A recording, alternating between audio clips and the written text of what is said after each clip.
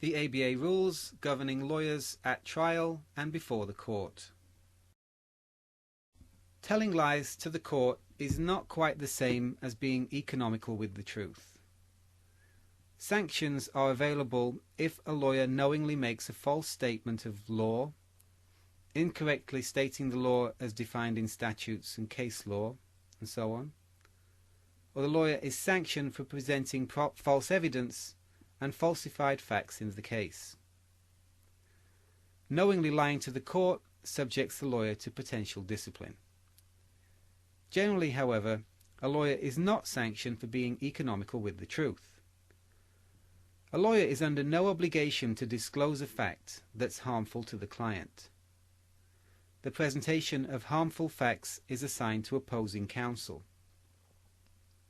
However, there are some exceptions, and sanctions are available if the lawyer fails to volunteer law that's directly adverse to the client's case and facts that are harmful to the client's case when under an ex parte, one-sided hearing. The other party is not in the hearing to present the harmful facts, so the attorney has a duty to disclose harmful as well as favorable facts to the judge or tribunal. A lawyer cannot knowingly lie to the court and put on evidence she knows to be false. But on the other hand, she must allow the defendant to testify. Lawyers often handle this situation by ignoring the false evidence presented by the client and then presenting the case without reference to the false evidence. Communication by the trial attorney with the opposing party, jurors, judge and clerks is strictly off limits. Communication with the opposing party should be via opposing counsel. Verbal discussions with the judge should be in the presence of opposing counsel, and opposing counsel must be copied on any written communication to the judge. Counsel should avoid discussing the merits of the case with clerks and court officials, but can discuss procedural and other matters. Other forms of communication with jurors, parties, or the judge require authorization by law or court order. Note: an attorney in any matter outside court as well as inside court is required to communicate with a represented person via their counsel. Direct communication with the client is forbidden when the client is represented by counsel. Communication by the trial attorney with the opposing party, jurors, judge and clerks is strictly off limits. Communication with the opposing party should be via opposing counsel. Verbal discussions with the judge should be in the presence of opposing counsel, and opposing counsel must be copied on any written communication to the judge. Counsel should avoid discussing the merits of the case with clerks and court officials, but can discuss procedural and other matters. Other forms of communication with jurors, parties, or the judge require authorization by law or court order. Note: an attorney in any matter outside court as well as inside court is required to communicate with a represented person via their counsel. Direct communication with the client is forbidden when the client is represented by counsel.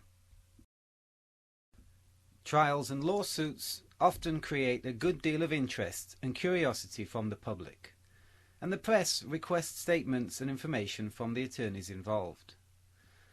The laws in this area are designed to avoid prejudice to the jury while satisfying public interest in the case and the constitutional right to free speech. Lawyers are allowed to present dry facts about the case to the press and public.